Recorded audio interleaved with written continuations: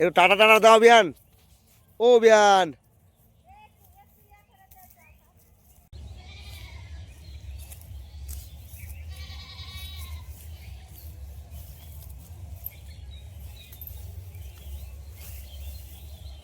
করে ধান কাটা হয়নি?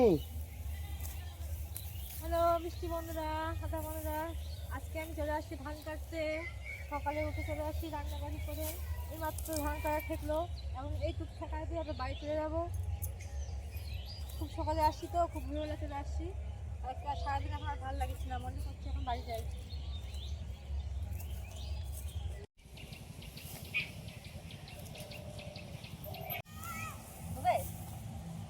সকালবেলা উঠে কম কাম থাকে না, বাস। এই যে দেখো আমার বিয়ান, এই যে ঘাস কাটতে আসছে, আমাদের এই ধান কাটা হলো কেবল, এই দেখছো।